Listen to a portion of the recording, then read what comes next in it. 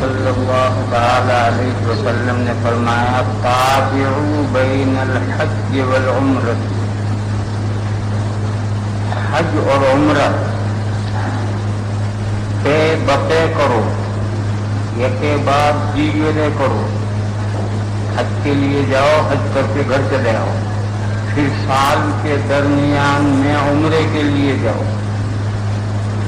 پھر اگلا سیزن آئے پھر حج کے لیے جاؤ، پھر سال کے بیچ میں عمرہ کرنے جاؤ۔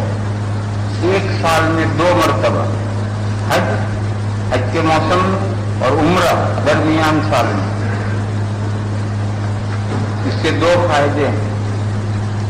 پہلا فائدہ یہ ہے کہ اس سے غریبی دور ہوگی۔ اگر سال میں حج اور عمرہ دونوں کرو گے الگ الگ سفروں میں تو غریبی دور ہوگی۔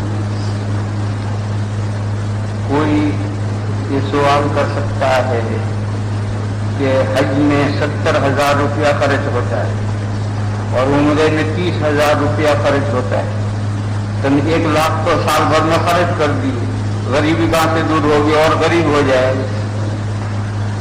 جواب یہ ہے کہ تجربہ کر کے دیکھو۔ یہ ایسا مسئلہ ہے کہ اسے دلیل و برہان سے نہیں سمجھایا جا سکتا۔ تجربہ کر کے دیکھو غریبی دور ہوتی ہے۔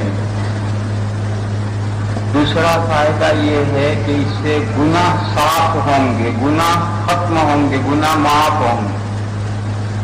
جیسے لوہے میں میل ملا ہوا ہو، سونے یا چاندی میں میل ملا ہوا ہو، اس کو بھٹی میں داخل کر کے خوب تپایا جاتا ہے تو اس لوہے میں، سونے میں، چاندی میں جو میل ہوتا ہے وہ میل سارا جل جاتا ہے۔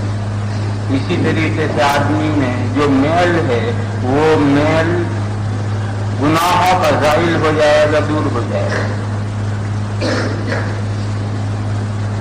یہ ثواب تو ہے حج اور عمرہ کے بپے کرنے کا، یہ پے بپے کا ثواب ہے۔